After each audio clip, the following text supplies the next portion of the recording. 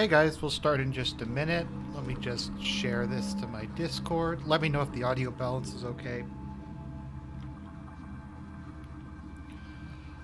Let's see here. Okay. Post that there. And post that there, I guess.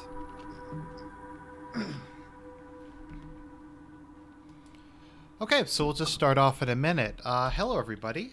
Good to have the couple of you who are around. No, I haven't streamed in a while. Why haven't I streamed in a while? It's because I got a PS3 and Persona 5, and that's basically kind of taken up my life for the last couple weeks. That and just schoolwork and work and stuff like that. So we'll have a nice comfy stream.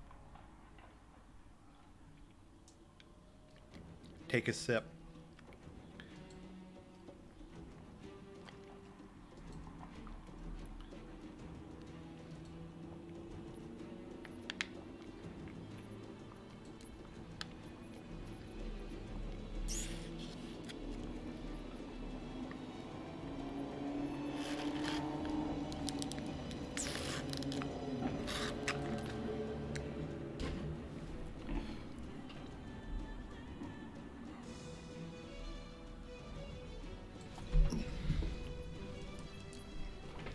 Okay, so I only have 2 missions left in this, so I should be able to get this done tonight.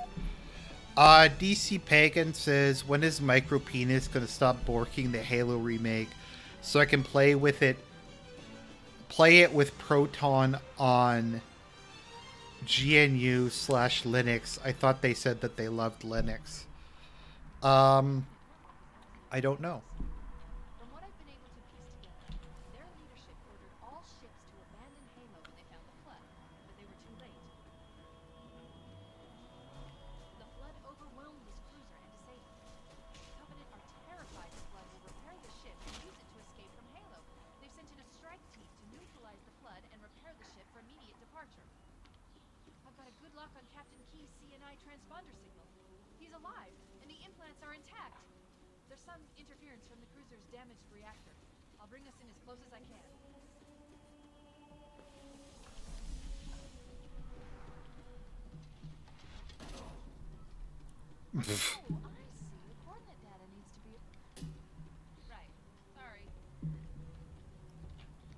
Okay, let me know if the audio balance is okay. Let me just try turning the voices up a bit. We might do BioShock 2 once I finish this. Maybe that'll be the next one. So let's see here.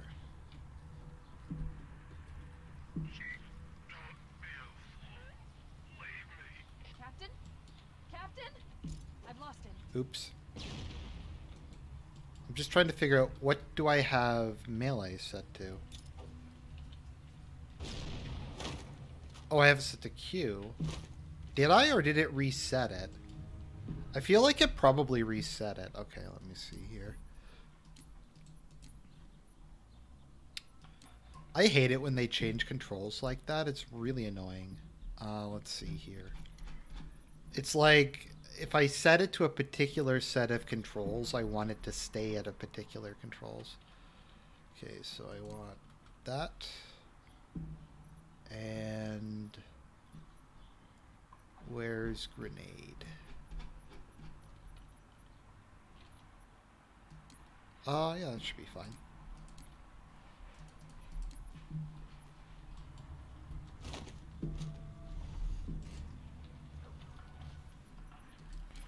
So, is there anything anybody wanted to talk about or ask me? I'm thinking of also doing a tier list stream, because I've been wanting to do like some Persona characters, but there just is so many of them, and it's just kind of a yeah.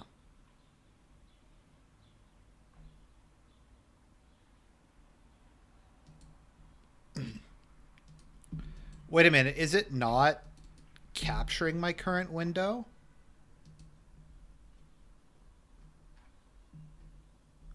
Why is it stuck on... Okay, let me see here. That's really weird.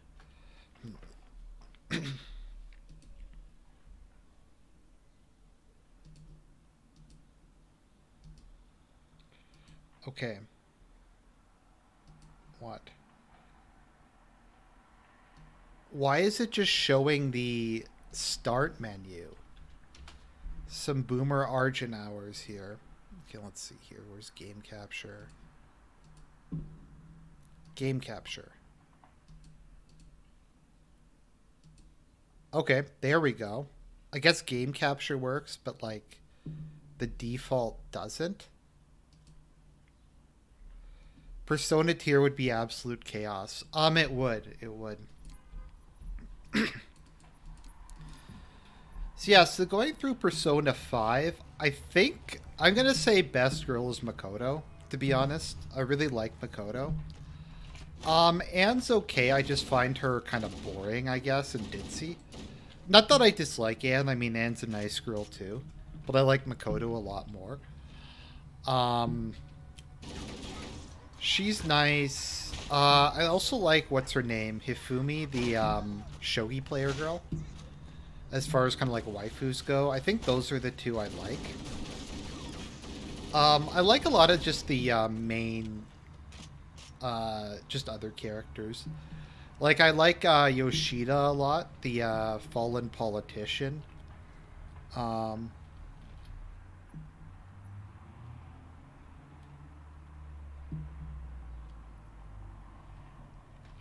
like Yoshida a lot. The fortune teller lady's annoying. Your teacher's annoying. The doctor confident tree's pretty funny. Analyzing damage. Oops. Oh, I was supposed to jump down there. Okay.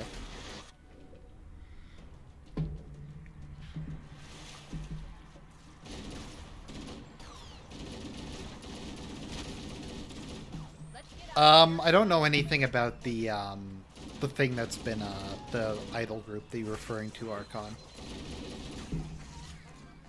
What was I thinking of again? Sorry, I keep losing my train of thought here. Yeah, so in Persona 5, I think I'm going to say Persona 5 is the best Persona game. I'd say it's substantially better than 4. To be kind of fair, it's hard to compare the two because Persona 5 is 2 full generations after 4. So, like, Persona 5 was... 4 was, like, I think, like, mid PS2 generation. And Persona 5 was end of PS3, like PS4. So it's kind of hard to compare, like, a PS4 game to, like, a PS2 game. Also, just... One of the things and why I find sequels are often just kind of better in a lot of ways is just the quality of life improvements. Like, for Persona 5, they just streamlined a lot of shit. And I know, like, saying streamline in a Persona game is kind of a weird thing to say, but there's more content, but there's less bullshit, if that makes sense. Then again, the fact alone that they made... I'm trying to remember what button the flashlight is. That they made it so you can... that the dungeons are not complete shit, I think makes it look a lot better. Let's see, audio's lagging. Okay.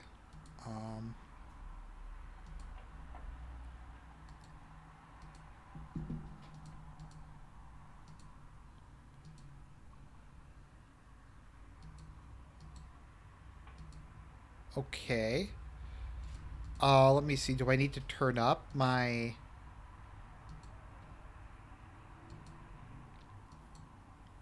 Oh, audio's... Okay, maybe it's just him then.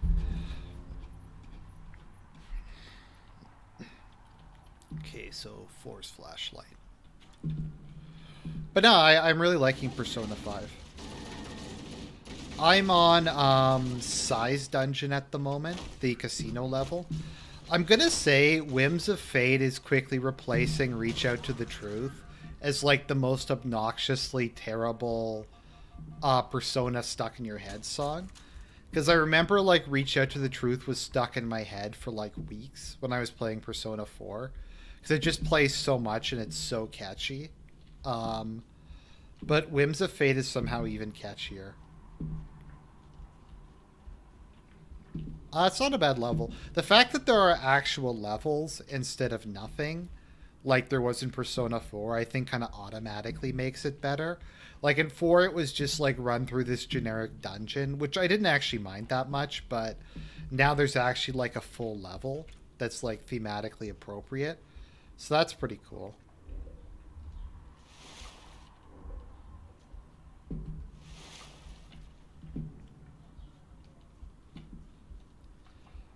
I don't know why people like Sai so much. I find that she's kind of a bitch. She's really mean to Makoto, and that's not cool. P5 because I have a PS3. I don't have a PS4, or I would have gotten Royale. I would have gotten Royale with cheese because of the metric system.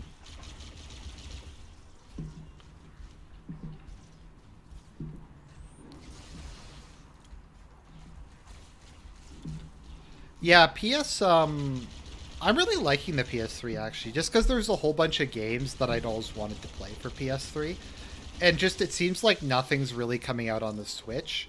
Like they finally released the Three Houses DLC campaign, but I've played so much Fire Emblem Three Houses, I just don't really have any desire to play the DLC campaign.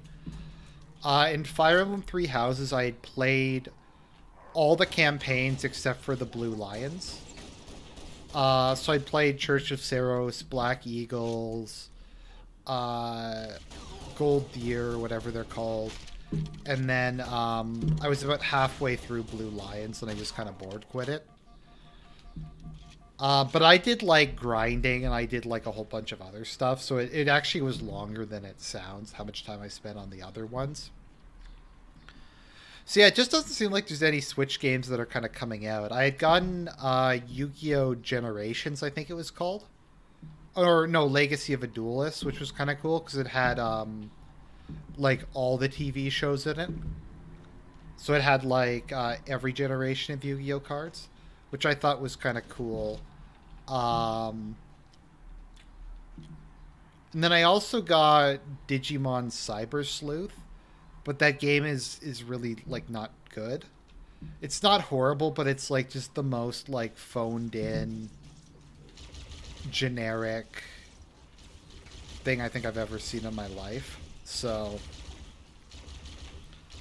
I mean it's not terrible or anything, but it wasn't very good.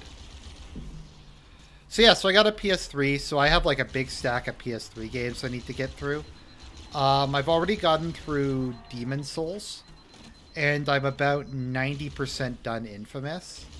So I'm gonna do, I think, probably finish Infamous after I'm done Persona 5.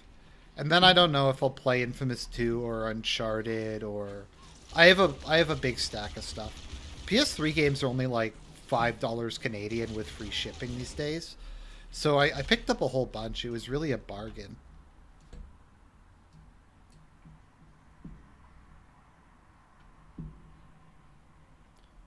Second, let me just refresh this.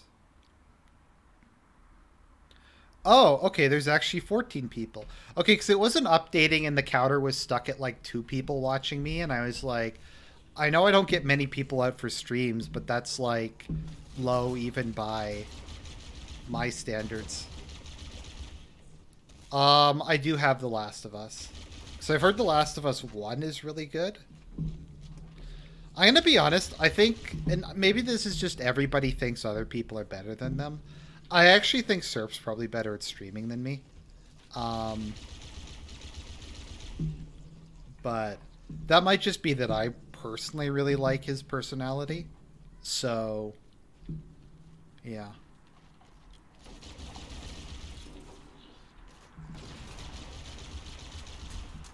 So yeah, like I said, I haven't really been streaming that much because I've just been doing schoolwork and Persona 5 and work. As I've said, I'm lucky to still have a job. I just am making 75% of what I'm normally making. And I mean, I have a very inexpensive lifestyle by and large. Like, I guess I buy video games. I buy video games, food. I don't need a car because I can walk to work. I guess I pay rent and my internet. But I have a pretty inexpensive lifestyle, so I can survive on 75%. But,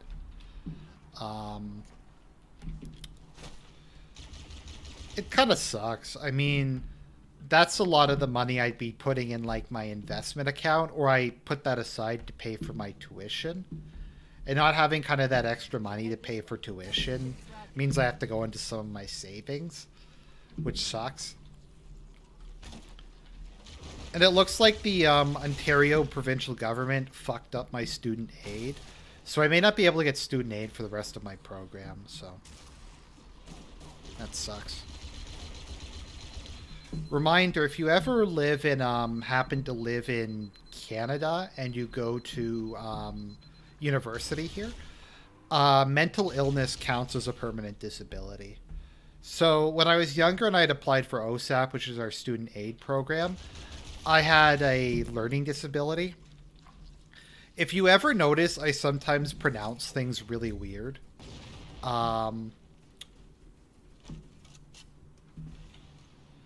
Yeah, I sometimes pronounce things really weird. Or if you notice, I have like weird tensing issues. Or just like my titles sometimes just have errors in them. I actually do have a learning disability, which makes it, I think it's like an executive functioning ability or something. But like I'll look at like a string of letters and I can't always tell what order they're in.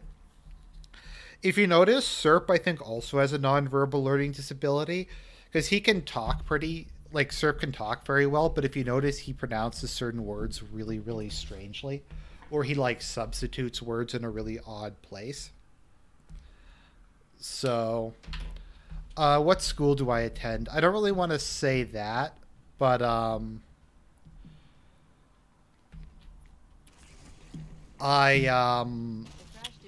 doing my master's part time. Coolant leakage rate is significant.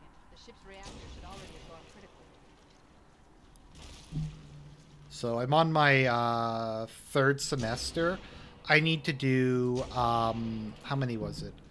I think it's 13 credits. Yeah, it's 13 credits to graduate, and I'm on credit number 3. So it'll probably take me a couple of years to get through it, but it should help with my career once it's done.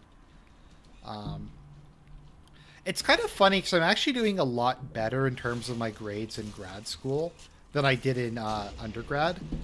In undergrad, my average was like a B for all 4 years. My average in my last 2 years was like 78, I think.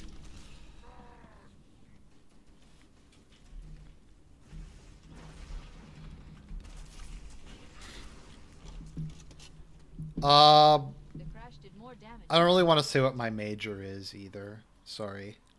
We'll say. You know what? I'll give a vague answer. We'll just say it's in political science.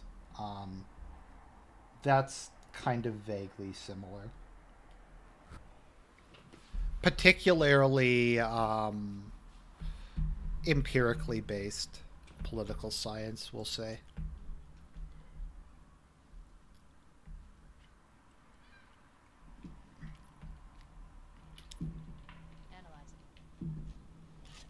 I'm kind of a social sciences man myself.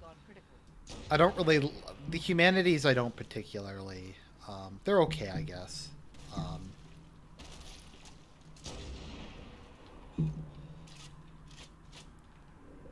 I guess I kind of have semi-technical knowledge.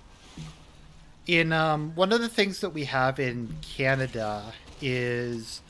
You have graduate level college courses. I'm not sure because our system's completely different. So like you call, I think, all universities colleges. But in Canada, you have college, which is like a post-secondary vocational school, and university, which is like where you get a full-on degree. Um, I will say, with regards to my degree, it's not a vanity degree. I mean, I've always wanted to do my master's, but I'm hoping it can help me out in my career somewhat, or transition to another career.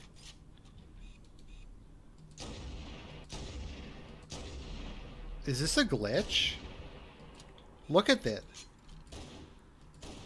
Okay, I guess that was a glitch.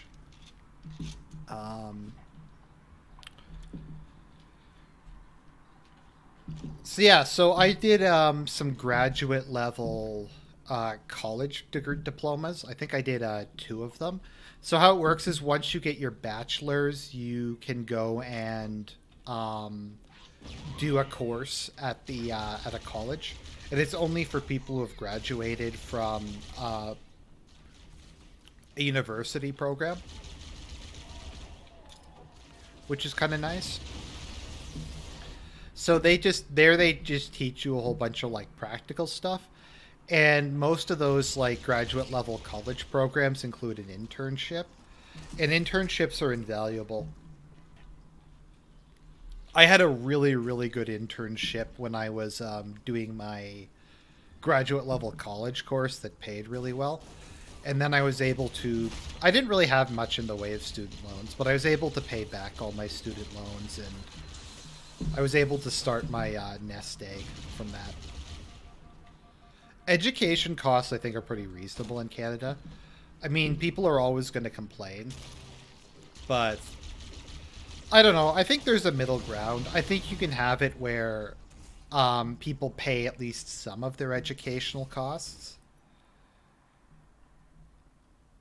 Let's see here.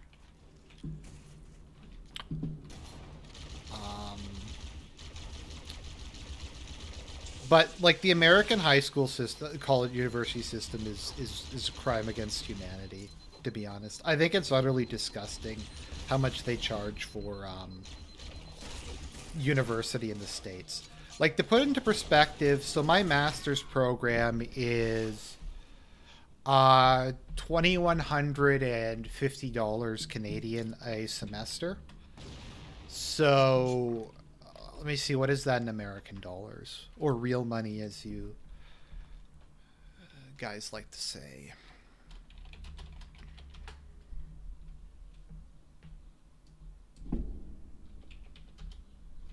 So that's $1,500. That's 13 credits. So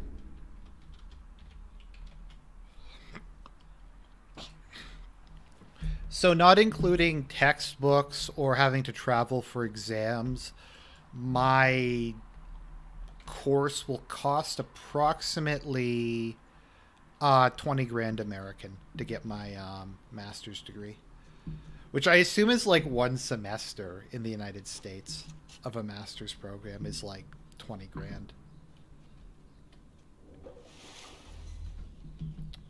Let's see here.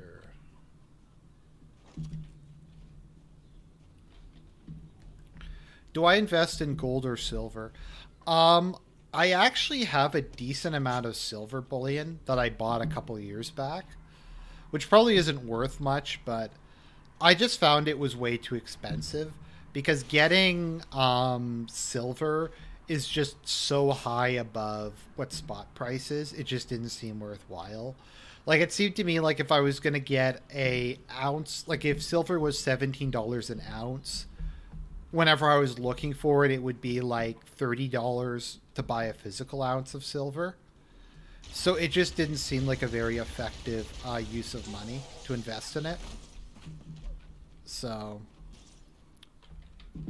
no, I don't invest in gold or silver.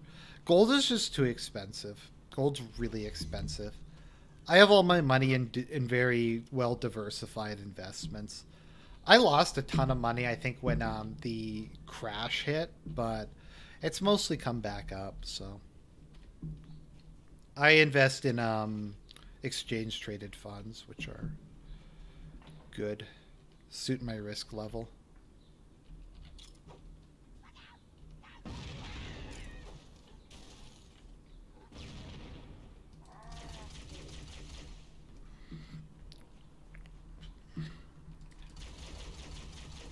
I hate fighting the Flood.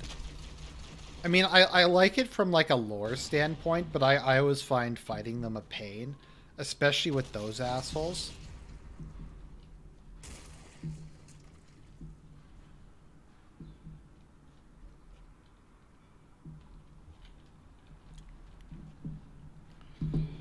I mean, I think people will maybe exaggerate because I get angry and I like rant about corporations and like that kind of thing and workers' rights.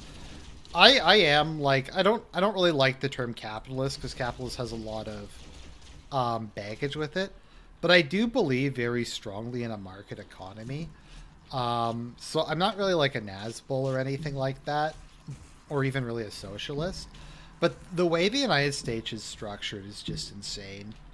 In terms of like the healthcare system makes no sense, the housing system makes no sense.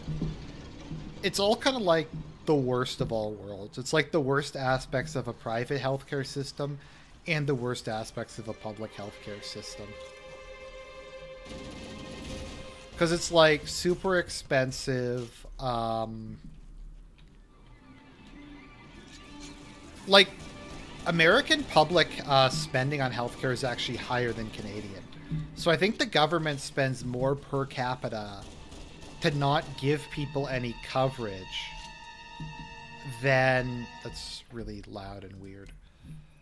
To not give people any coverage than the Canadian government does to give people at least medical coverage, not drug coverage.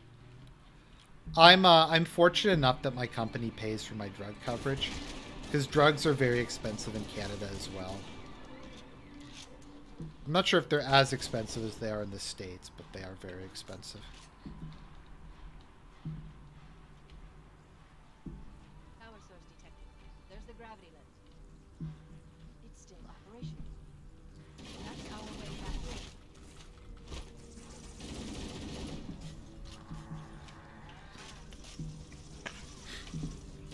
Like I've said this many times, but just to repeat, like I feel like if the US had a more private healthcare system, there would be more competition, like competing across state lines, and that would like help to drive down prices. And if it was more public, then they could do cost control that way. But it's really bad. I'm not going to say exactly what my annual income is. I do okay, but I live in Toronto, so it's like... When I hear how much people in like other parts of the world pay for rent, it's disgusting. Like I have, well, by okay, I mean I can afford to live on my own. Barely, but I can. And by millennial standards, having my little bachelor's apartment is kind of a success. But yeah, like I know a guy in Missouri who pays $400 a month for a 2-bedroom apartment. I'm just like, in Toronto, that would be like $2,300 a month. So, like I know Serp and his roommate together pay less in rent for their 2-bedroom, and Montana's an expensive state, than what I pay on my no bedroom. So, yeah, money's kind of relative. What's your opinion on those bozos who won't shut up about subjectivity? It's gotten so bad I can hardly go on the internet anymore. Yeah. Stiltskin says, Toronto, I'm UK, dude. Okay, well, yeah, it's worse there. I think London... Is London the most expensive city on Earth? Or is Paris more expensive? I think London's more expensive than Paris. I forget, I stayed in a really shitty hotel when I was in London. But it was like under $100 a Canadian or something like that. So... that was nice.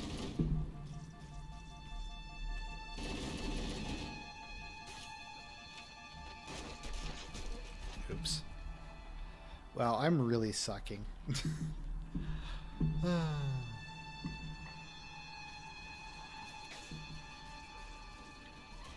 I'll just let them fight each other for a minute.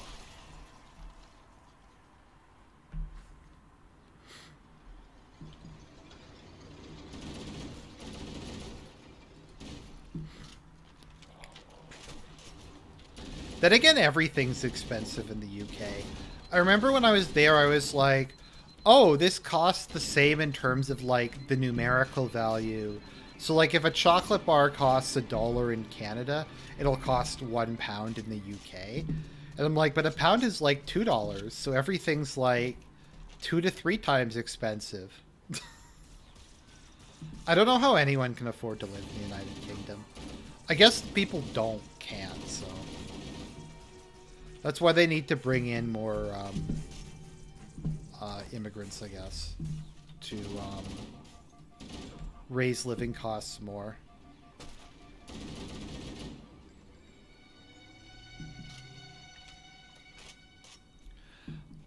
France, I don't want to, like, I'm kind of the guy who says the happening isn't going to happen most of the time. I think if there's one Western country that might actually collapse into civil war and a military coup, I think France is probably going to be it. The situation in France is very dodgy, to say the least.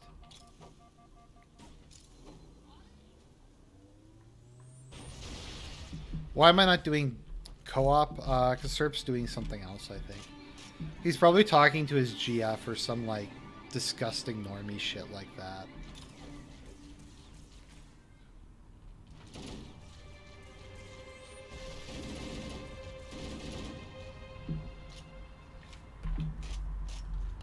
Let me turn the brightness up. It's just me, or does this look really dark? Where's brightness? Guess gamma? I never know what the difference is between gamma and brightness. I guess they're basically the same thing. Okay, there we go. It's a lot better. Yeah, I mean, I think it's pretty gay that he is a GF. The only thing that's, like, not gay is heterosexual Aryan cuddling. The other stuff is, like, super gay. Oh yeah, something I was ranting about on my Discord server. Something I hate is, like, this obsession with trying to make all forms of, like, male friendship as, like, into homosexuality. Like, it started off with, like, Lord of the Rings and stuff like that, how, like, Sam and Mary are gay and, like, Gimli and Legolas are gay or something like that. But it's just this thing, like, so what they've started to do is they go back and they take any historical figure who was celibate or had a close male friend, and they say that they were actually, like, a repressed, like, homosexual. Like, for instance, with, I don't know if anyone's heard of Charles Gordon, aka Chinese Gordon. But, so he was I believe, a lifelong virgin, or at least he was celibate. And the reason he gave for that is that he was a very devout, like, evangelical Christian, and he didn't believe in premarital sex. And he felt that he was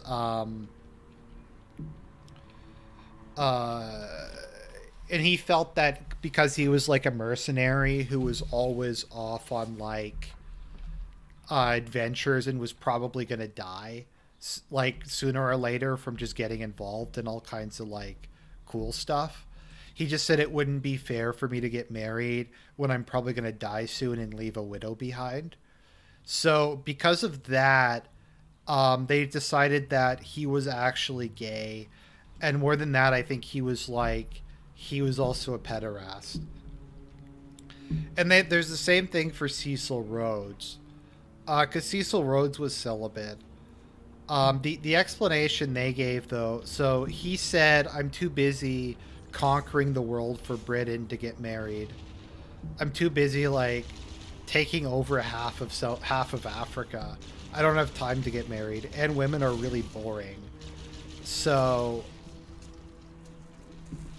that people say, and he had a really close male friend, like, he had like a best friend that he left his money to.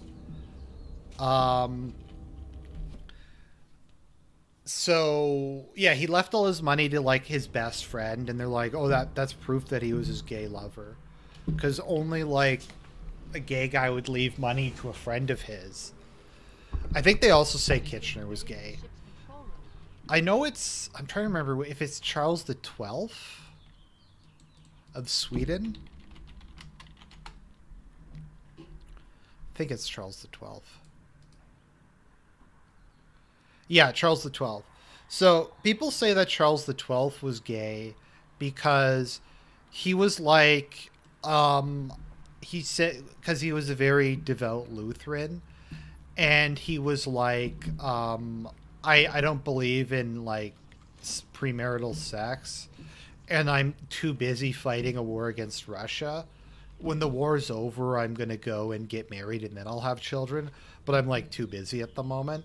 So like he's gay apparently, and what it all comes down to, and The Covenant battle. let's see, Corda points that out in the chat, is Can't access the ship's command. people who have vices feel very threatened by people who don't. So, and I know I was like this back before I started dieting and trying to acknowledge my eating problems.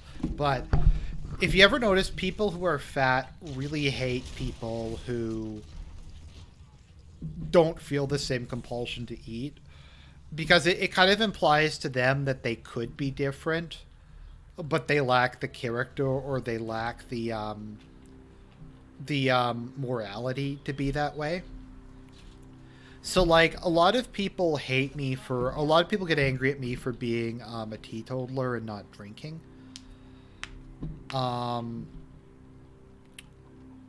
Because they themselves, in a lot of cases, like it's not people who casually drink or just like Syrup doesn't get angry at me or something like that, but people who are alcoholics really hate people who don't drink, because it shows that it's possible for them to not live their lifestyle.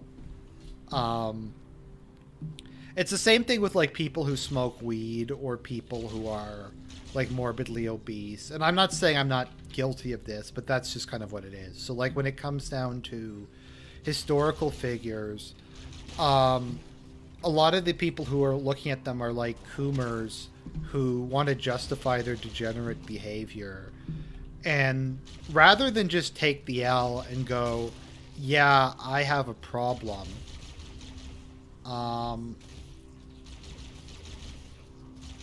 it's a flaw. Rather than just say that, they'd rather just say, "Oh, everybody in history is a complete and utter degenerate." Like, I think something people don't understand about like hypocrisy.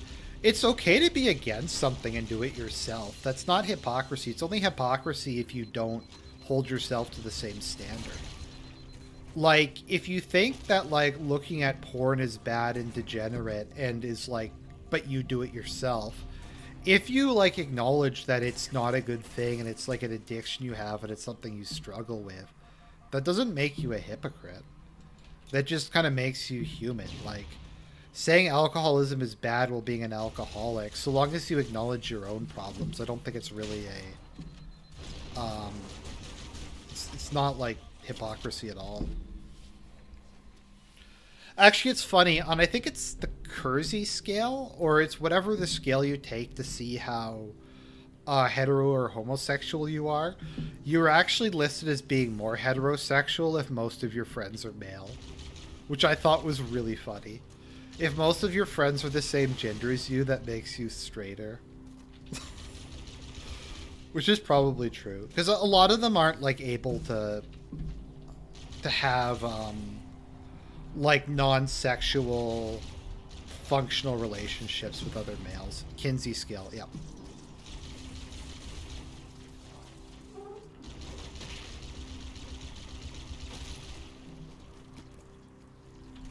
But I mean, men just like to like hang out with each other and like have deep emotional connections.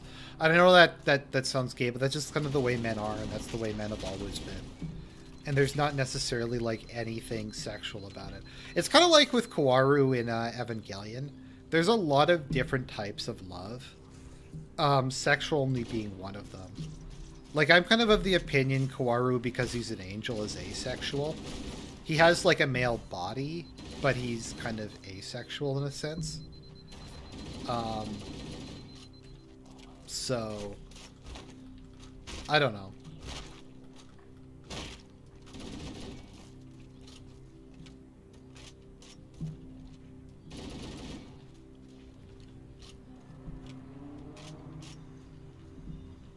And I think that's probably like one of the worst aspects of modern society is we've got this idea that like society has to justify all of our bad habits. We can't just take like a Christian view and go, well, people are just inherently flawed. They're broken. People have all these like unhealthy appetites and vices and stuff, and that's just part of human nature. But it's something we need to try to work on, and it's something we need to try to minimize. Instead, the approach is, oh, we just have to like not have any standards at all, and we need to not have anything be normative, and just encourage everyone to just be a complete and total degenerate. So, yeah.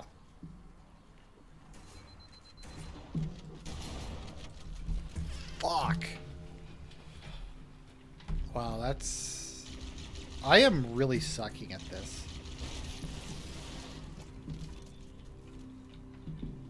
Actually, what's really funny in... well, Kwaru's an interesting character. Because there's a lot of different ways you can look at him. I kind of like the view that... when I originally watched it, he was, like, my favorite character, and I thought he was, like, really awesome. I kind of like the view that he's a satanic figure. And that he defeats his target by using his free will. That is, he's the angel of free will, but he attacks by manipulating. Sorry, it's not explained that very well. But his purpose was basically to go there and fuck Shinji up. I think Kawaru was looking for Adam, but found Lilith instead. No, because they, in the director's cut, they add an extra scene in the director's cut where Sele tells Kawaru, Gendo has Adam embedded in his hand. So he knows that Adam's not in Terminal Dogma, but he goes there anyways. So, I don't know. I'm just of the opinion they just fucked it up. I don't think there's necessarily, like, something deeper there, like about Kwaru's agenda that like or something we're missing. I think they just fucked it up, to be honest.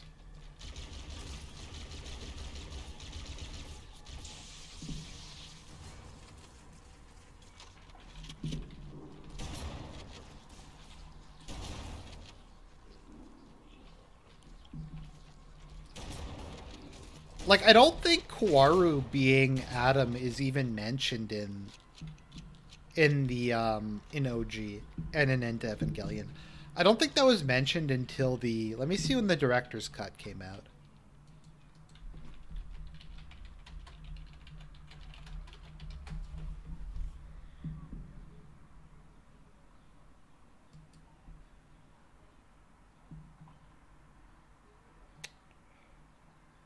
Oh, I'm trying to find where it is.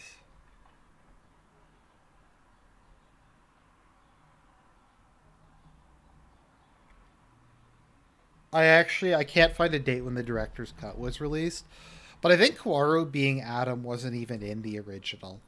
I think it's something else it's something they added in later.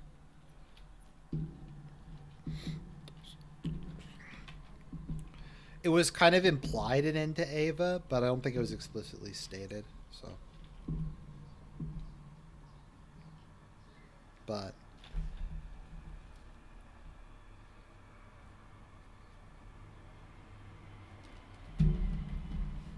I'm not going to get into another rant about the rebuild. Another video I want to make is I want to do a video about the Federation from Star Trek. Do one about the United Federation of Planets.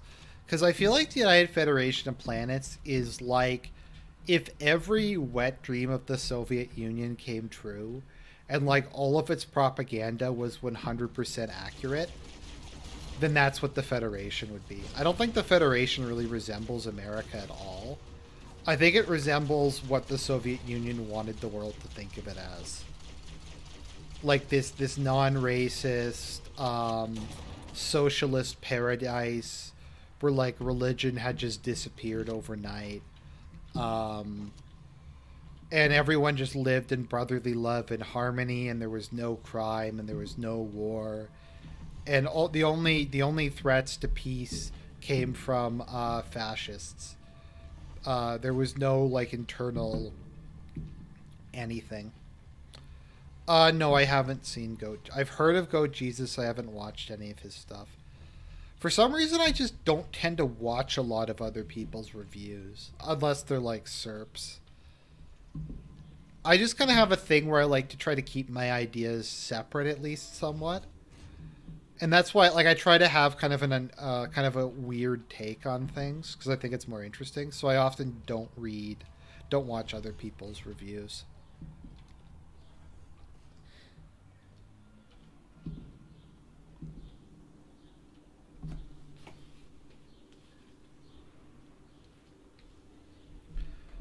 Why is losing your virginity seen to be the most important thing in the West? I don't know. I think it could be just a post-Christian thing. It's because if you aren't going to place any value on the soul and like the ultimate fate of your soul and your salvation and yourself as like a moral spiritual being, then all that's left is sex. And if all that's left is sex, then you have to keep upping the ante, to quote Arini. Actually, let me find that clip. Let me just bring that clip up.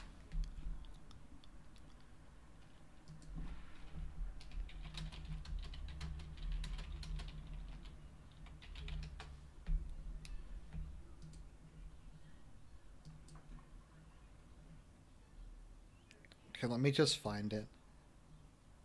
Trying to embarrass me. No, that's not what I wanted. I didn't realize. Look, you know what's going Oh yeah.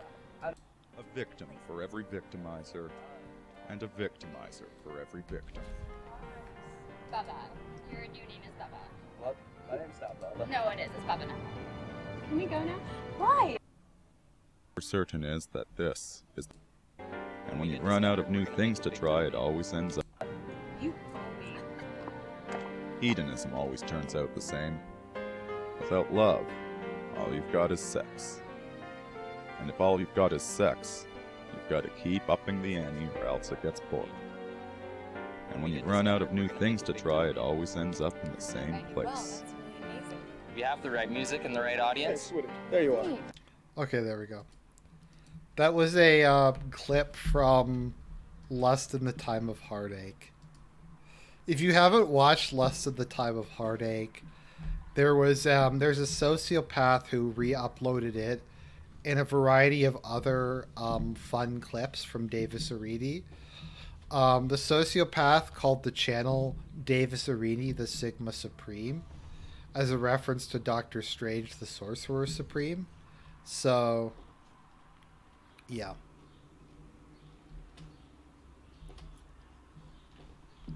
I'm going to be honest, I kind of unironically like Lust at the Time of Heartache. It's pretty funny as like an art movie. Where the hell am I supposed to go?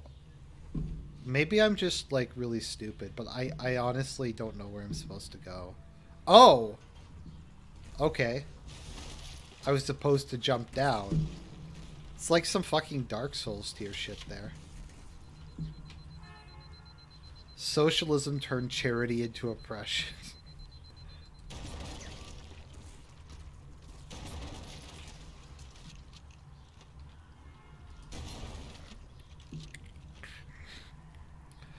Well, if you want to know something cool, Isaac Newton said his greatest accomplishment was keeping his virginity. Isaac Newton was like, the concept of a Sigma male is like really overplayed. If we're using like meme sociosexual hierarchy things, most so-called Sigma males are Gamma males who are trying to feel better about themselves. So, like, Isaac Newton, though, is like a legit Sigma male. That dude should just not give a fuck about what anybody did or said. I love Isaac Newton. Isaac Newton was a Chad.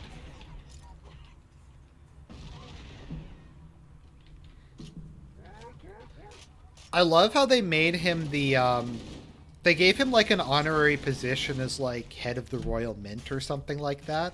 And he completely eliminated like all counterfeiting in like a year. Because he was just that much of a genius. The funny thing about Isaac Newton, though, is because most of his writings were on religion, were on the Bible, that was widely suppressed for a long time because of the anti-religious group.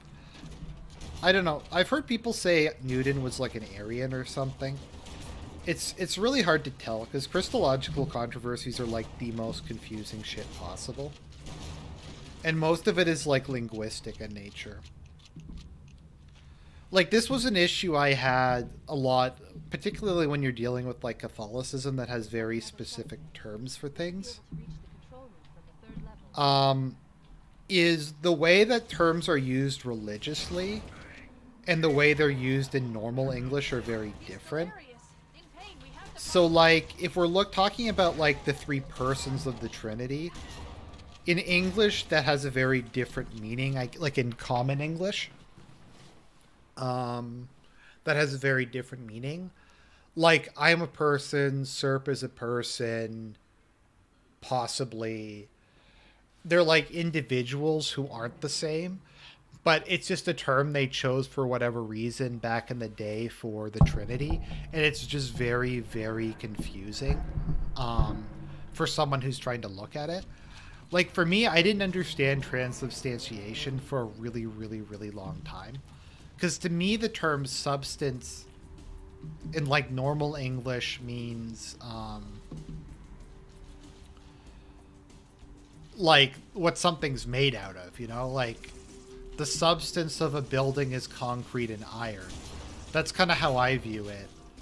Like, the substance of the building is concrete and iron. The substance of the building isn't that it's a building or that it's made for people to like live in. Like, I don't know if that makes sense. Like, the form, to me, I view like essence as being the form and substance as being like the physical stuff that it's made out of. So that really confused me. And then someone was like, no, Arjun, substance in this context means the form of it changes. Sorry, that its underlying form changes. The actual, I was going to say substance, the actual chemical and biological properties of the bread don't change. Actually, the way it was explained to me was actually a clip from Catholic Answers, which I guess some people might say they can be a little cringy kind of boomer con, but I think in terms of being like accessible Catholic apologetics, there's probably no one better. But so they were saying like the way to understand transubstantiation is if you were to take Jesus and have him examined by a doctor and put his DNA under a microscope, you would not be able to tell that he was God. That's an aspect of his nature that you wouldn't be able to determine. And I'm like, okay, well that actually makes perfect sense to me. I mean, that's not an argument that would work with a non-Christian, but if you like you're dealing with someone who is a Christian like me, who does believe Jesus is man and God, that's a good that's a very good useful metaphor for me.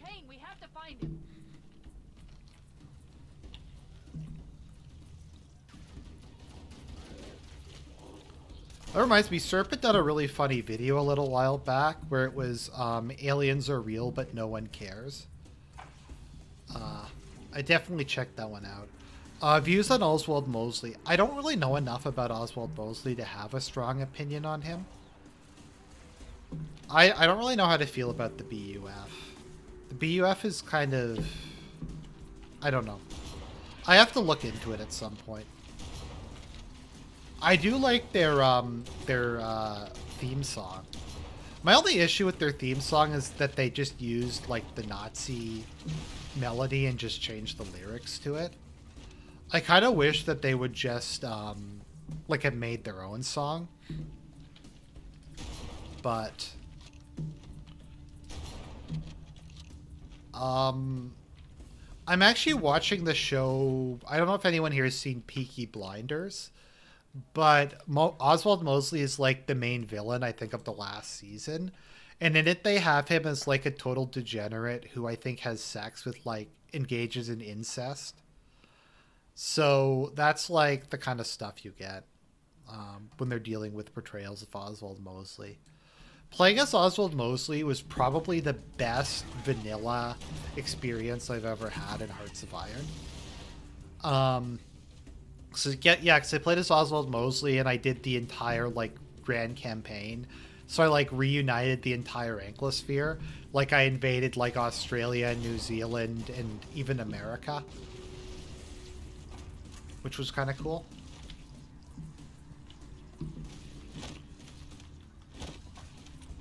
Opinions on aliens. I'm agnostic on the idea of aliens. They might exist, they might not exist. They might be beings from another star system, they might be beings from another dimension. They might be demons, they might be, I don't know, a non-demonic entity from another plane of existence. I don't know, actually. So I'm kind of open-minded about aliens. I don't have any particular dogmatic stance on it. If aliens did exist, like it would probably surprise me, I guess. It would be shocking, but it's not like it would undermine my faith in God, because The control room should be this way. God could have created life on other planets too. I guess it would be a little weird that he wouldn't tell us about it, but it's not like a deal breaker. I think we'd have to convert aliens, which would be kind of cool. But I tend to kind of be of the opinion that life is so difficult to can't really occur naturally. So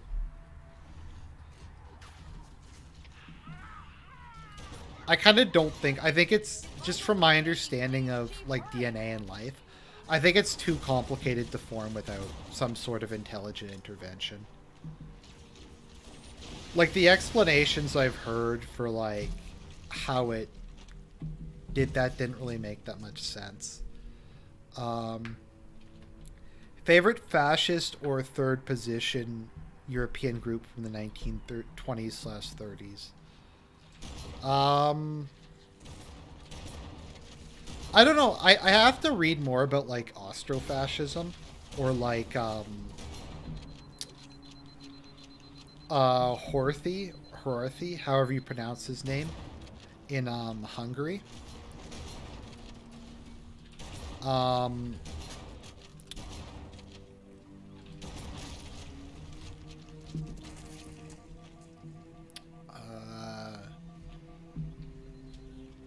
I guess I just kind of like Franco, to be honest. I kind of like his pragmatic, like, right-wing military government. So I think Franco was just ran a very pragmatic but very kind of conservative and traditional government. And there just wasn't that much in the way of, like, LARP. I mean, the fact that him and Salazar were the only two, like, fascist states that managed to survive, or third positionist states that survived World War II, I think says something about the way that they were able to get into it. Yeah, the Austrofascists were at odds with the Nat Sox.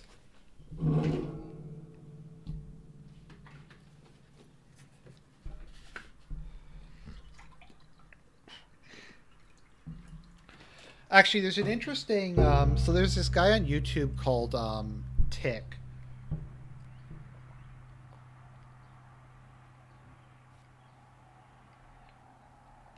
Who does videos on World War II, and he had done one on Franco, and Hitler actually really hated Franco because I think people forget Hitler was very anti-clericalist. So he thought that Spain under Franco had just become like a outpost of the Catholic Church.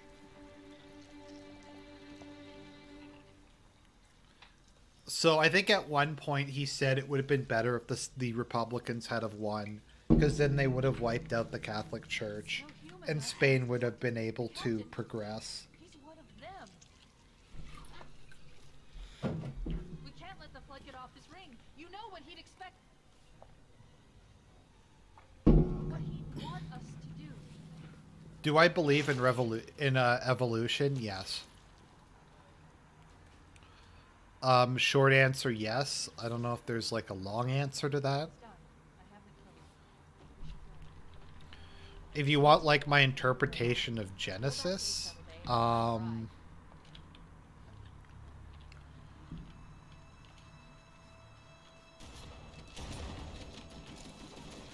think Adam and Eve were the first human beings to have rational souls.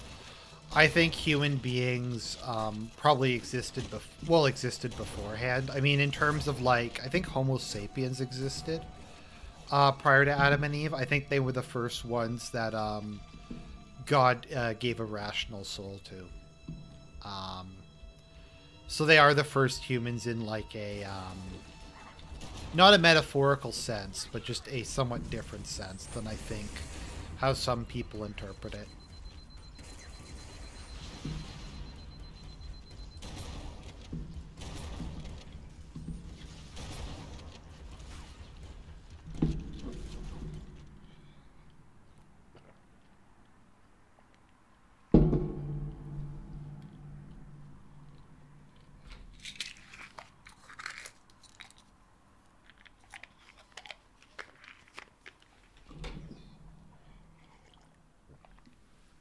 Nazism's relationship with Christianity is really like difficult to pin down, because I've heard people say like Hitler thought the neo-paganist shit was really lame. I think Hitler probably at the end of the day he probably had some like vague sense of Germany having a divine destiny from some sort of god figure, but it wasn't particularly like complicated or specific beyond that. Because my understanding was he thought like people have told me he thought the neo-pagan shit was like retarded and was like embarrassing, but he also didn't like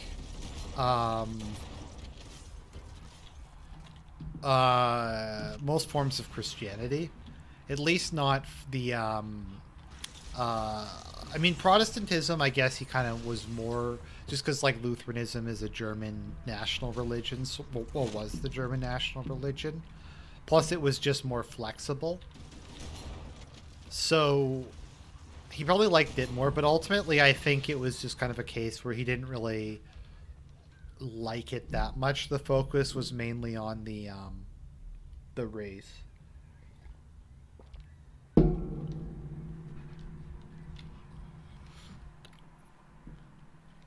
Do I believe in classical theism, or am I struggling with panentheism?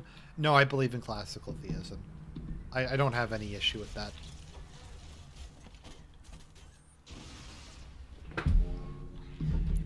I don't think I was ever really a panentheist. That was kind of one of the reasons that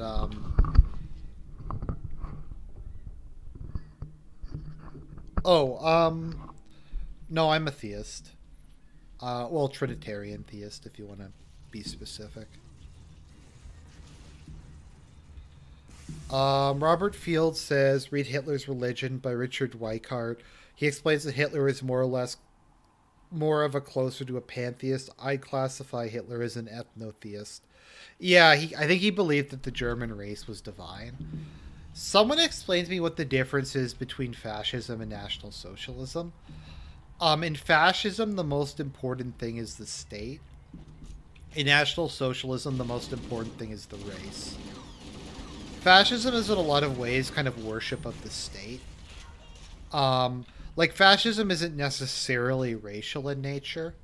It generally speaking is, because it views like the preservation of the blood and soil of the nation for that to be part of it.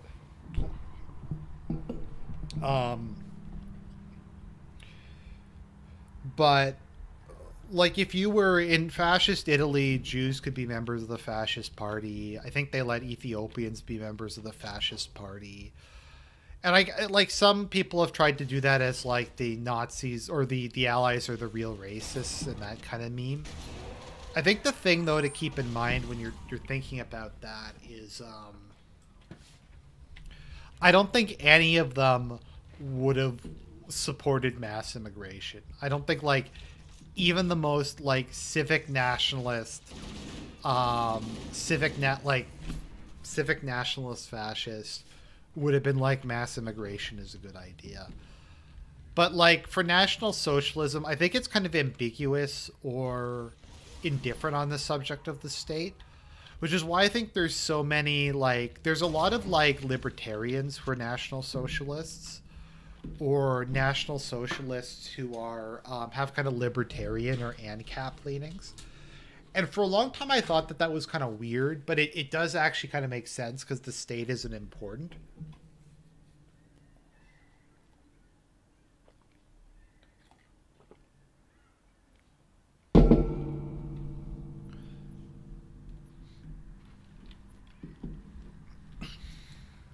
Yeah, the issue that Hitler had was the SS and like Himmler and like all of those guys were really embarrassing. Like with their like LARP, like the Thule Society and like resurrecting all the weird shit and like coming up with like their the Croatians are actually like Visigoths or whatever, like just nonsense like that. So, but they were also the most loyal part of the regime. So they were kind of kooky, but at the end of the day, when the chips were down, Hitler was pretty sure that they were reliable to support him. Whereas the people who were more rational actors were more likely to turn on him. So it was very much kind of a balance of power thing. Something I've kind of come around on is I think people vastly underestimate. I hate this whole like Hitler is crazy narrative that's come out of it, or Hitler is stupid. Because I mean, like, Hitler was somehow able to outmaneuver every major political leader of his generation. Like, he literally outmaneuvered absolutely everyone. And he, like, completely calmed them. Like, he outmaneuvered the British, the French, the Russians, the Polish. He was able to basically achieve all of Germany's foreign policy objectives from the last, like, 500 years, I guess, except for Alsace, without firing a shot. Like, if you look at, like, he was able to, like, manipulate them into giving him, like, Bohemia, which he had no claim to, Austria, like, a bunch of other stuff. They got, like, a lot of Versailles ripped up. He did extremely well. He was able to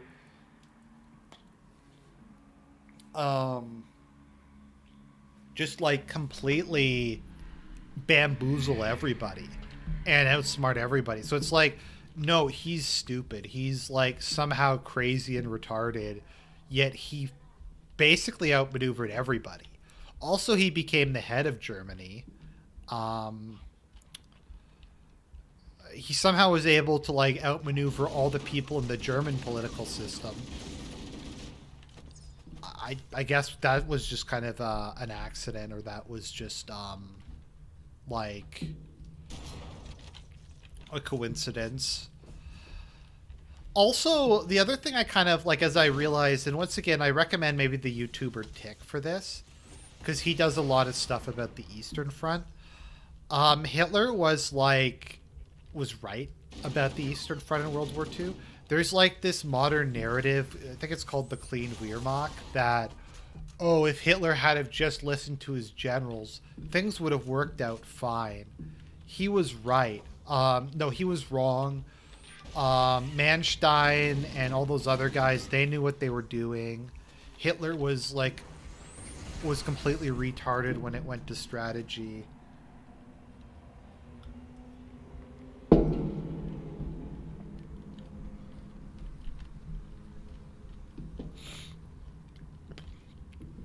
But I mean, if you actually start to look into it, so like one of the main reasons, because I've kind of come around to the point where the Axis could have won on the Eastern Front.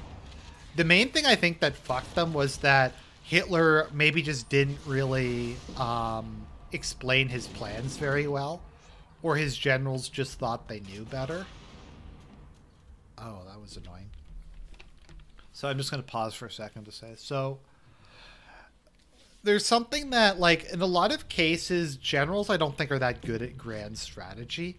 Like, they just think in terms of, like, death counts and, like, tactically gaining ground, and they just think in very, like, basic military terms, because that's what they're, like, supposed to. But their actual understanding of things like economics or grand strategy isn't particularly good. Whereas Hitler was maybe not as good at like some of the on-the-ground military stuff, but he understood grand strategy. So his plan, and it was, okay, we're going to attack the Ukraine. We're going to take Ukraine. That's going to be all of the Soviet Union's food supply. We're going to send that food back to Nazi Germany to alleviate our own food shortage. Then we're going to go down to the Caucasus. And people don't get this. Like, oh, you should have gone to Moscow. Oh, Moscow. It's like, okay, but if he had have taken Stalingrad, and people are also like, oh, he just attacked Stalingrad because Stalingrad had Stalin's name on it, and it was a vanity thing. No, Stalingrad, or Volgograd as we call it today, was like the main transportation hub on the Volga. If they had have taken Stalingrad, the Russians would have been unable to move any oil from the Caucasus to the rest of Russia. Russia would pretty much overnight have lost 90% of its oil. I mean, can you just think about that for a minute?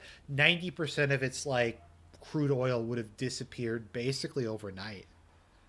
And I think that what the strategy was to just get Ukraine and get the Caucasus and then just wait out the clock. Because, like, even when they were able to push the Germans back, Russia very nearly lost from starvation. Because the Germans were holding Ukraine, where the vast majority of the...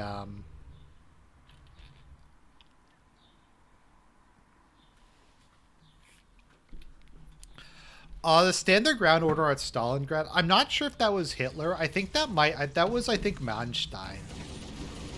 Although Manstein, actually it's interesting. So like, there's Field Marshal Paulus always gets a bunch of shit. Like historians call him being like a coward or a loser, or they say he was incompetent and he should have broken out. But he decided he was too prideful to break out. What actually happened was his commander at the time, Manstein, told him not to break out, but to just kind of sit around and wait for reinforcements. So Paulus was just kind of like sitting there waiting for like the order to retreat that never came. And then after the fact...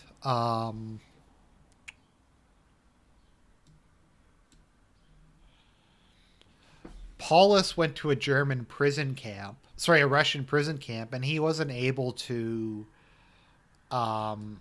someone's asking about my Discord. There's the link to the Discord in the chat. He wasn't able to defend himself, so Manstein in his memoirs just blamed everything on Paulus and Hitler.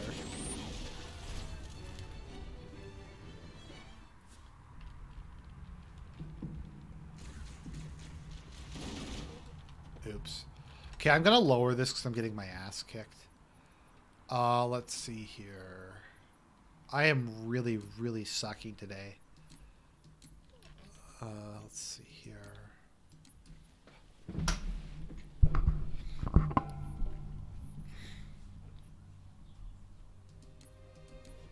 I'm just gonna put this to easy.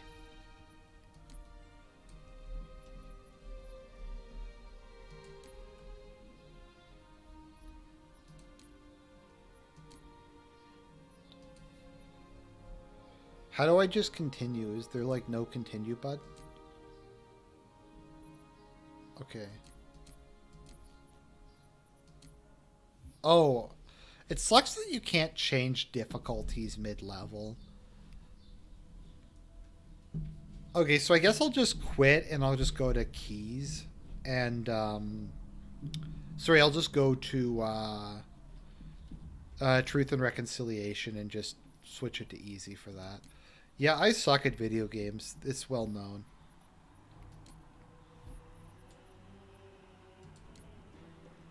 The Maw. Oh no, it's not Truth and Reconciliation, it's the Maw. Okay.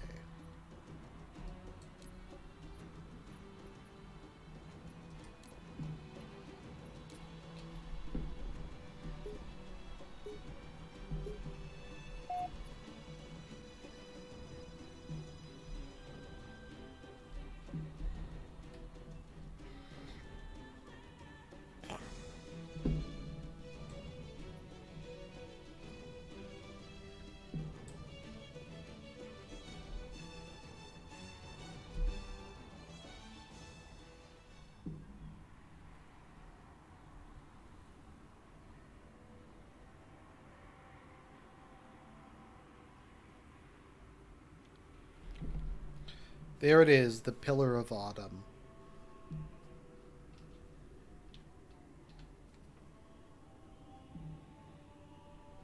Well, what's left of the Pillar of Autumn?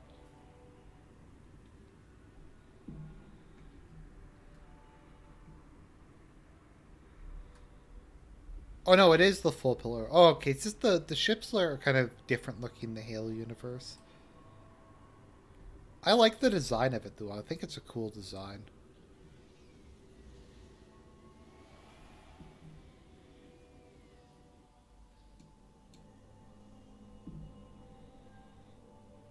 This thing is falling apart. It'll hold. We're not gonna make it. We'll make it. Pull up! Pull up! You did that on purpose, didn't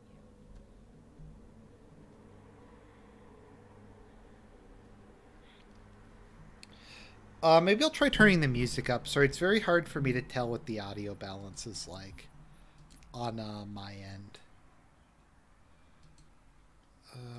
Menu music, game volume. Try to turn that up a bit.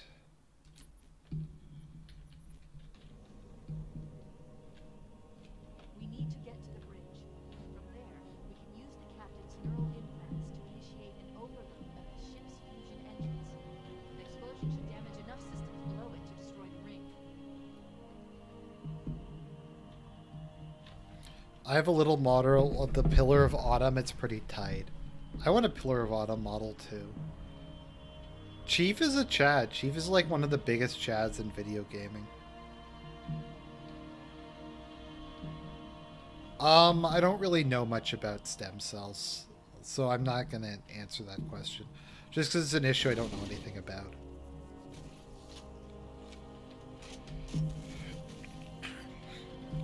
This is really good game design, like how this was the first level of the game and it's also the last level of the game. I like that about this.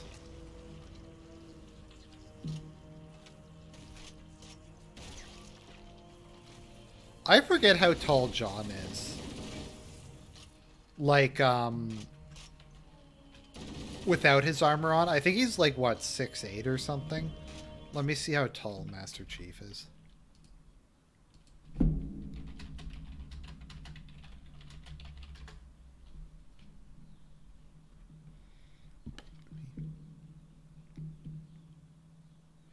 Yeah, okay, he's 6'7" without armor. I think Master Chief is supposed to be 2 meters tall without armor.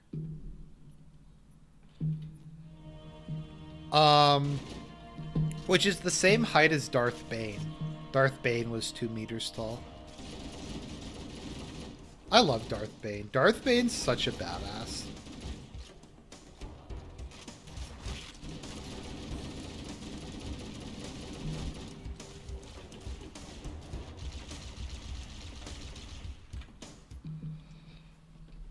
I can just picture, like, the image of Darth Bane as being, like, this 2-meter tall guy wielding a lightsaber with both hands, just beating the shit out of everything that moves. There's just something about it that's kind of magical.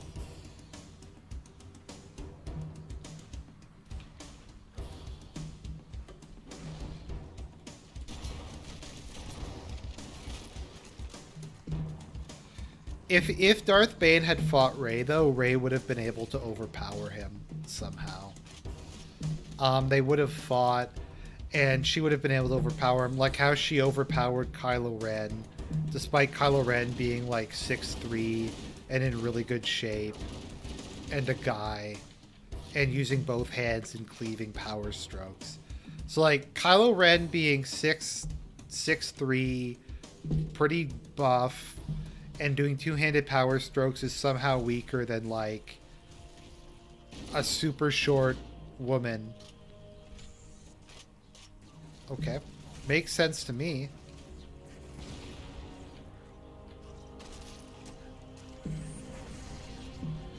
I can't think of a bigger Mary Sue than I don't know what my ideal society for humanity would be. Finding out that Kylo Ren wasn't Jewish was really weird, because I thought he was like some weird like Sephardic Jew or something, just because he's a really weird looking dude, but he's just like Irish. He's just a Paleo-Atlanted. He has the same phenotype as me, but I'd like to think I don't look nearly as weird as him.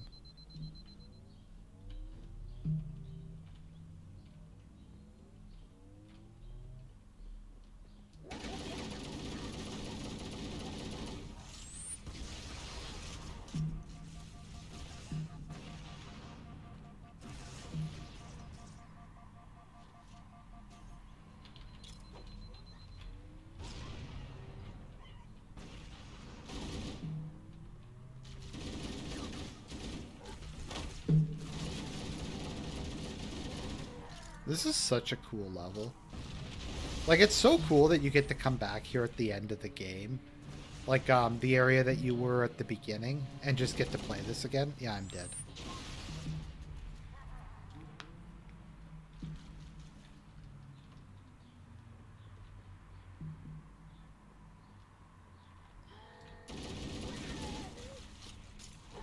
Oops, fuck. That was really bad. Well, I am complete shit today. I'm sorry for putting you all through this low quality content.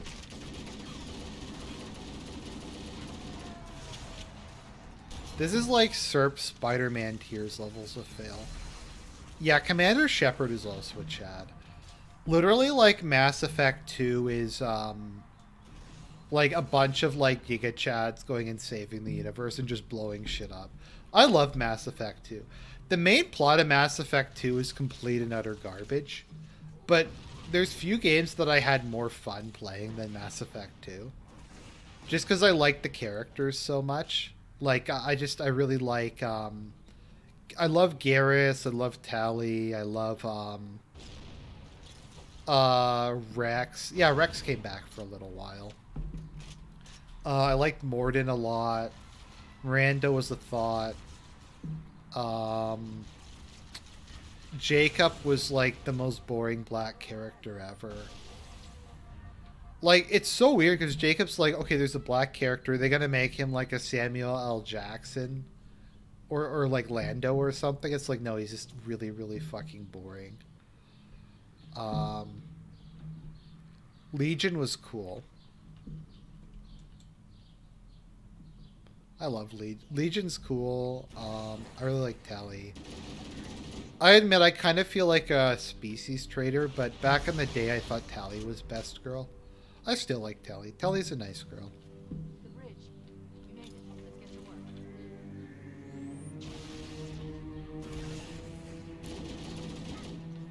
I love how Tally's face was like the big mystery. Like everyone's like, what does Tally look like? What does Tally look like? And in the end, they took like some generic image off of Getty, some generic thing off of Getty Images, and put like a filter over it, and it was like a massive joke. I leave home for a few days, and look what happens. This won't take long. There. That should give us enough time to make it to a lifeboat and put some distance between ourselves and Halo before the detonation. I'm afraid that's out of the question. Oh. Ridiculous! That you would view a warship's AI with such a wealth of knowledge? Weren't you worried it might be captured or destroyed? He's in my data arrays, a local tab. You can't imagine how exciting this is to have a record of all of our lost time. Human history. RE2 Remake was really good. I don't really want to play RE3 because it just sounds like it'd be really annoying to have Nemesis constantly attacking you. Because, like, my least favorite part about Resident Evil 2 is, like, when Mr. X is chasing you around. So, Think that you have destroyed this installation as well as this record. I am shocked. Almost too shocked for words. He stopped the self-destruct sequence. Why do you continue to fight us, Reclaimer? You cannot win. Give us the construct, and I will endeavor to make your death relatively painless. And At least I still have control over the comm channels. where is it? I'm detecting tact throughout the ship. Sensors most likely. As for the monitor, he's in engineering. He must be trying to take the core offline. Even if I could get the countdown restarted, I don't know what to do. How much firepower would you need to crack one? how much of RE3 is Nemesis actually in? Like, does he attack you literally, like, every... Because just from what I've... It just looks like he attacks you every 5 seconds or something like that. Chief, Sentinels. And it just sounds really annoying.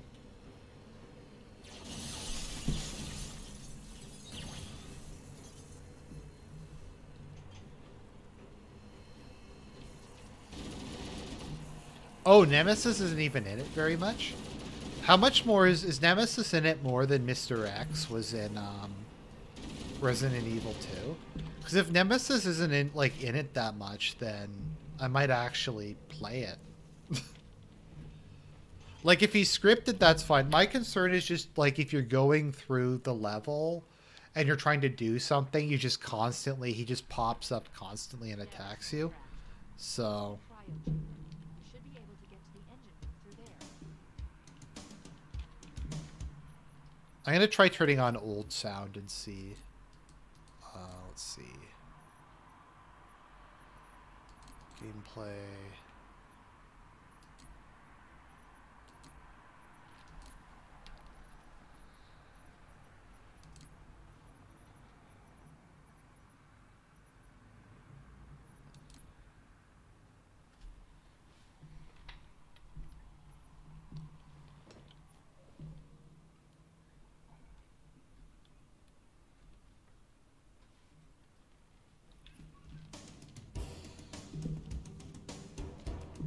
It's just when I was playing Castlevania 64 on the on the N64, obviously, there's a part of the level where you're being chased by this like Frankenstein's monster with like a chainsaw through this like endless hedge maze.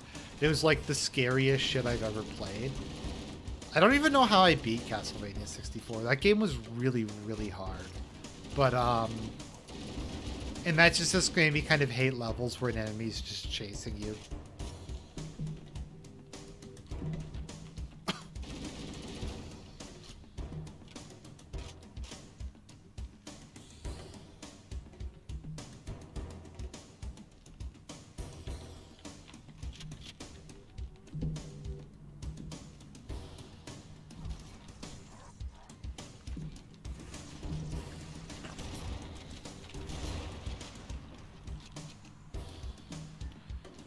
Oh, someone else remembers that part, and there's no music for the level, and he just endlessly chases you.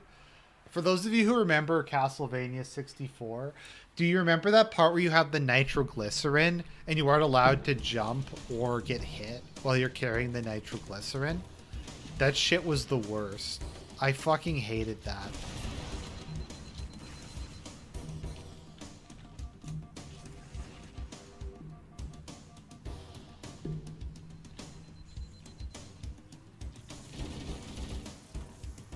I don't remember if I beat the game as Reinhardt. I did beat the game as Carrie. I'm not sure if I beat it as Reinhardt, though.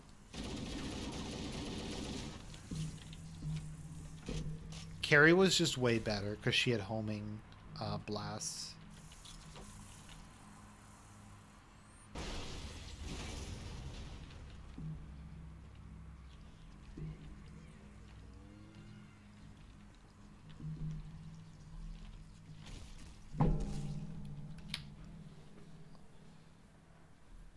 Favorite YouTuber? I don't know. I'll go over that some other time. There's a bunch of people I like. Let me think. I like Eckhart's Ladder. I like The Great War, although The Great War's over now. I like Clint's Reptiles. I like a lot of creepypasta channels. I think my favorite is Dr. Creepins. I'll probably remember a whole bunch of them when I am not thinking about it.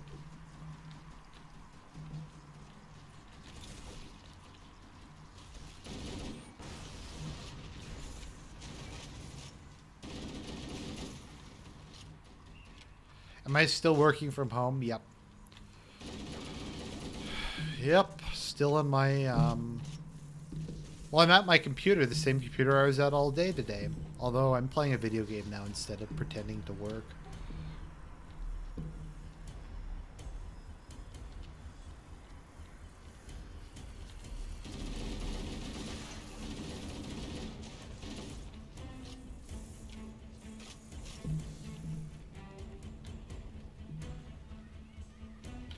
Oh, Cordis says I watched an unbelievable amount of Clint's Reptiles a month ago. Good. Did you start watching it because of me? I hope so. Do you watch Mr. Nightmare's channel? Yep, I do. It's really good. You know what? Let me just be a boomer and let me just go look at my subscription feed. I like Eckhart's Ladder a lot. He seems like a nice guy.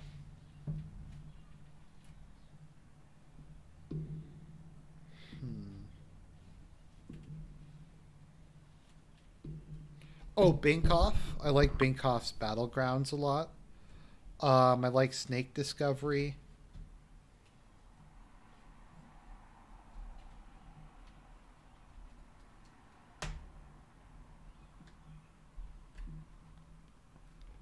Let me see here. Just looking through this. Generation Tech's pretty good. Oh, Demolition Ranch. I love Demolition Ranch. Life in Jars is really good. I'm gonna actually post a link to this. It's actually like one of two people I support on Patreon. Life in Jars is a channel where he makes terrariums. Like he'll just grab like a bunch of like isopods and stuff. Like he'll take just a bunch of mud from the ocean or something and put it in like a jar and just film it as it grows. And it's fascinating. It's really cool. Let's see. Coyote, yeah, I watch Brave Wilderness sometimes. Let's see here. I'm just looking through this. Military History, Demolition Ranch I like a lot. I do watch Forgotten Weapons. Let's see here.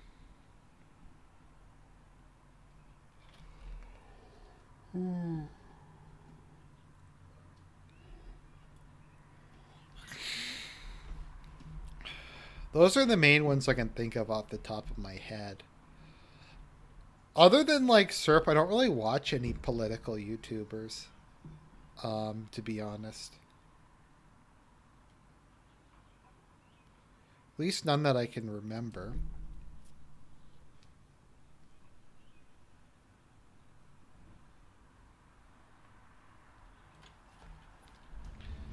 Yeah, Coyote Peterson's the guy who lets everything bite him.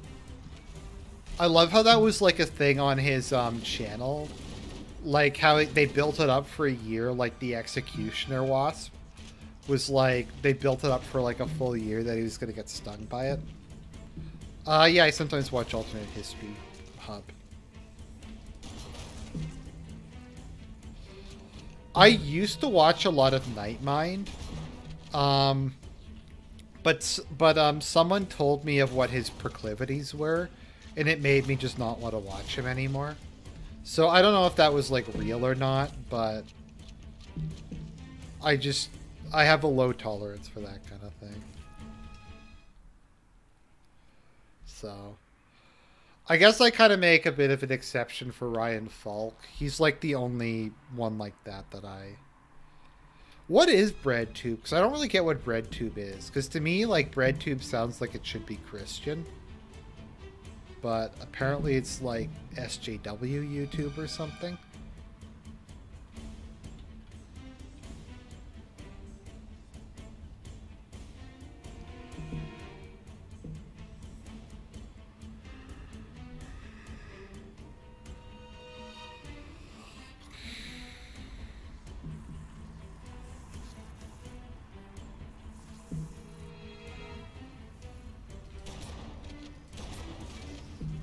I don't know where I'm supposed to go. I'm supposed to go down here, maybe?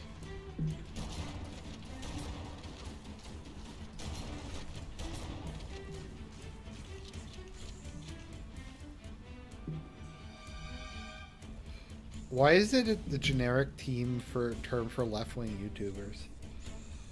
Okay, I'm gonna be honest. I'm kind of an unironic fan of Brittany Venti.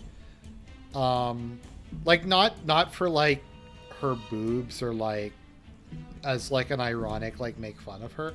I think she actually is legitimately like funny.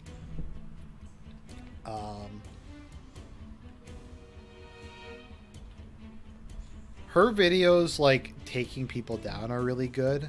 As are, I don't know, I just find her comedy videos really funny in general.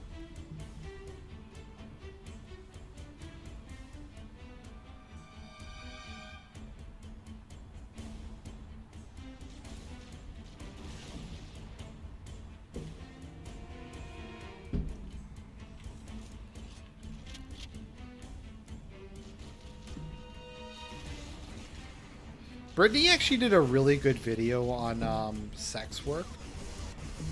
She had like she did a lot of research, and she just basically did a video on why like sex work is really bad. And I actually hadn't realized it was as bad as it was like as bad as until she kind of explained it to me. So I used to watch iDubbbz.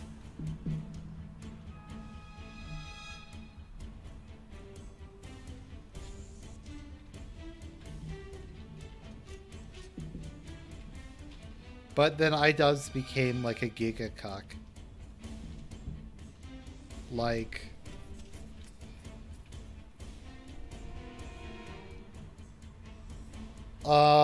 they bring money in a postmodern. Okay, I'll do a video on that at some point. I just don't know what to say exactly. If people want another one. Ramsey Paul. My issue with Ramsey Paul is he took all his old videos down, and that irritates me. So, because a lot of his old videos I liked more, but also isn't Ramsey Paul wrong on like everything? I'm not saying I dislike him as a person, but hasn't every one of his predictions been wrong?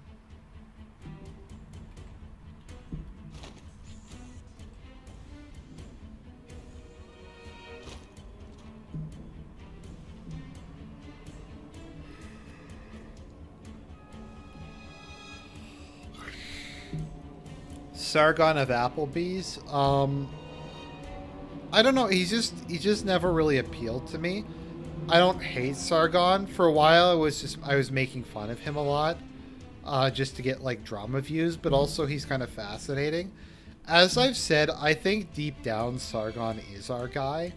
He's just A, he lives in the United Kingdom, and B, his viewer base has come to expect a certain ideological position from him, and he's kind of stuck, and he kind of has to just keep towing the party line until it reaches its logical conclusion.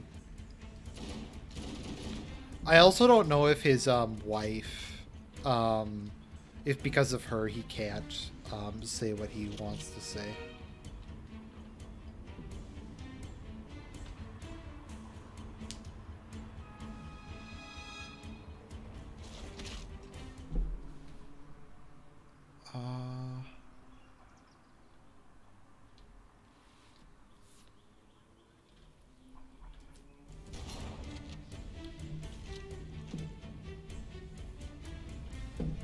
My issue with Sargon is he has an ego the size of a planet. Like, I actually gained a lot of respect for him when he ran for office. Because, like, it kind of irritated me when people said he was the reason UKIP collapsed. UKIP had already collapsed because Nigel Farage left, and that was, like, before Sargon showed up. Well, I feel stupid. I have no idea where the fuck I'm supposed to go. Oh, okay.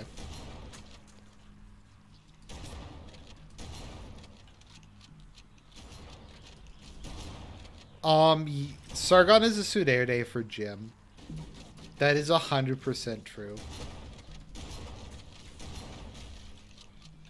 I hate V a lot more than Sargon.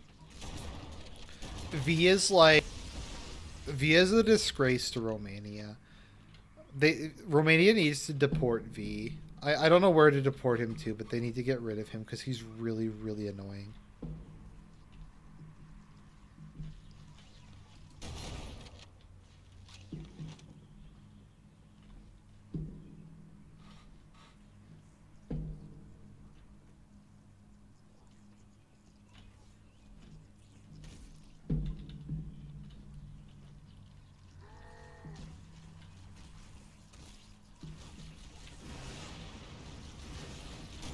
Yeah, it's just all the corridors kind of look the same, so...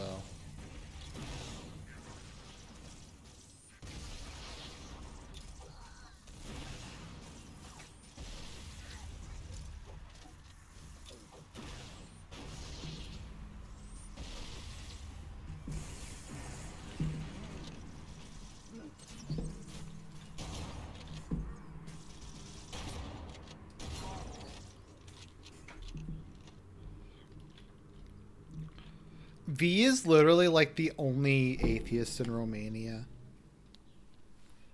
Like, Romania, I think, like, Romania is the most religious country in Europe, and V's, like, literally might be the only atheist who lives in Romania. I think he's also talked about, like, having a fetish for, like, whale porn or some shit like that. I don't know. V is a fucking weird dude. I can't really hold, him against Romania, though. I like Romania, actually. Oh yeah, V, I think, has talked about liking whale porn in the past.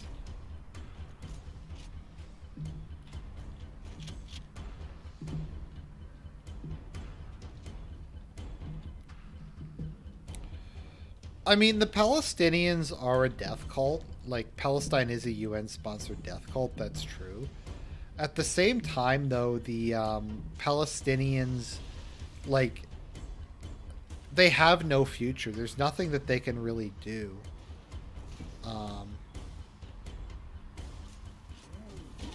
Like, I don't get where they're supposed to go. What Israel's never going to let them have a real state. Israel's never probably going to... If Israel ever fully annexes the West Bank, they're going to kick them out into increasingly small areas. It's just, I don't know. The Palestinians are just kind of an impossible situation where there's absolutely nothing that they can do. And I kind of feel bad for them for that, because they're just kind of permanently fucked.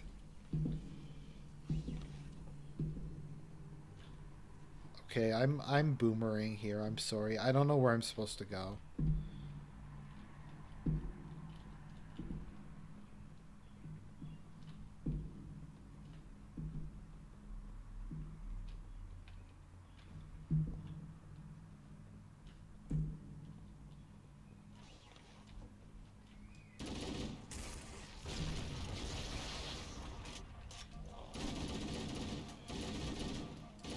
Why don't other Arabs take them in? Well, they kind of did. Like, I believe Jordan is majority Palestinian, actually.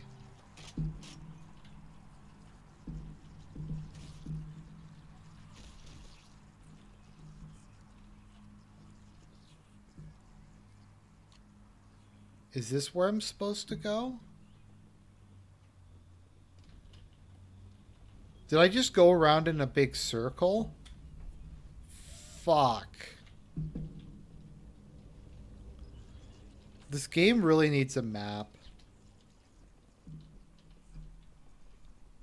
Is this the right way?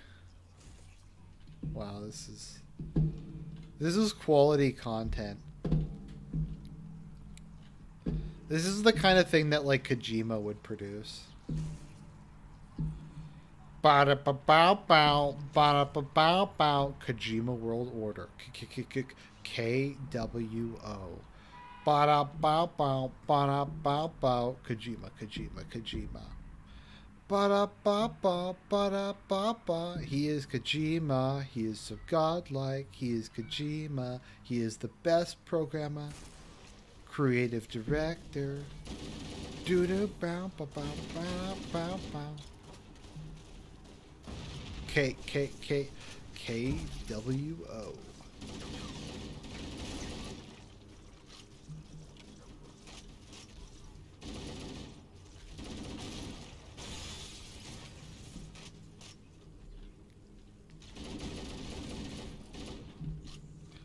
Actually, waypoints would be really nice in this level.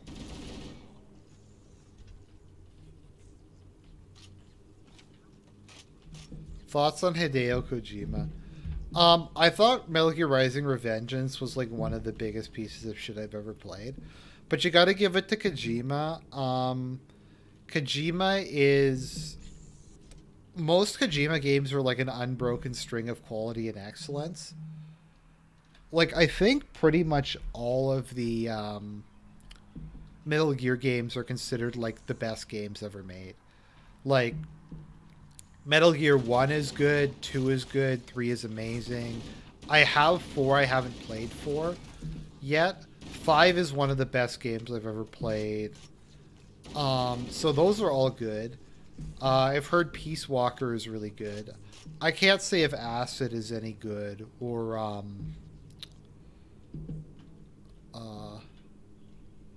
is Dead Stranding worth playing, or whatever it's called?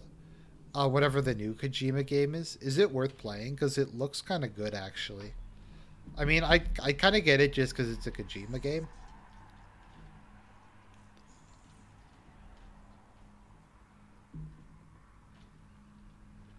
Okay, I'm actually like about to give up. I can't figure out where the fuck I'm supposed to go.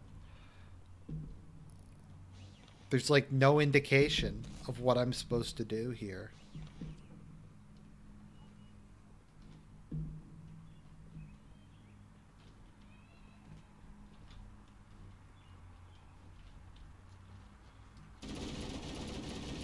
I mean, enemies keep respawning.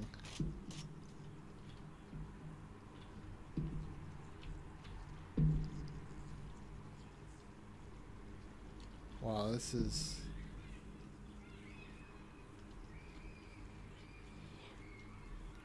Well, my voice is getting tired, and I can't figure out where the fuck I'm supposed to go. So I'm going to end the stream here.